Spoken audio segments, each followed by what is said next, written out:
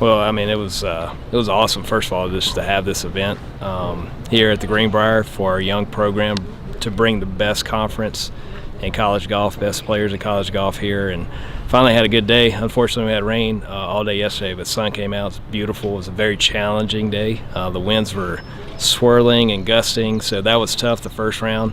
But I mean, it's just awesome to have this event here, and I think it means a lot to our guys.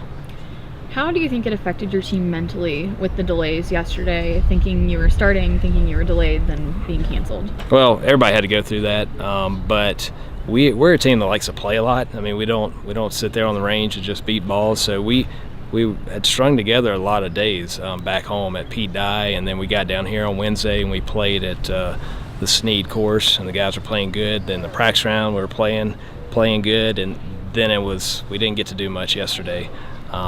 And we just like to play a lot, so that kind of hurt things a little bit. But also, I think everybody's, I mean, you just can't help but be nervous and excited about this event, especially being at home, the first time ever in history to bring this here.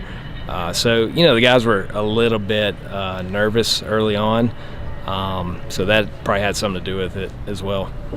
What did you see? You made an 11-stroke improvement from the first round to the second. I know there was some hole location changes. What did you see, though, that from your team that you liked in the second round? Well, probably the wind died down a little bit. But we learned, I know I walked with Sharp, all the rounds, and what we learned to do is just you had to wait out the gust at times. You make a club selection, you make a yardage choice, you get over it, then all of a sudden you get hit with a wall of wind, and it changes everything. And sometimes that happens during the shot.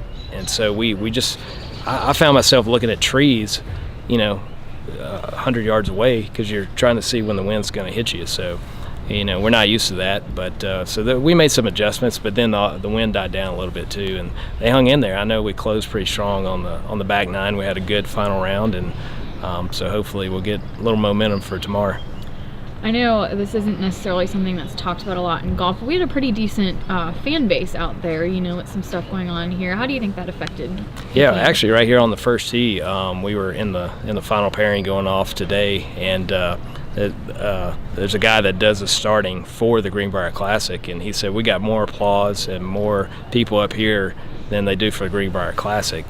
So that was pretty cool, and it was just great to see Mountaineer Nation out there walking around. Of course, all the other teams brought a bunch of parents and families because it's such a cool resort, and come hang out. So it's a really neat spot. But it was really cool to have a lot of fans out there, and I remember Sharp made a good up and down on number 11, and we had probably 60 people out there, and he was like, "Man, this is cool." So it was awesome.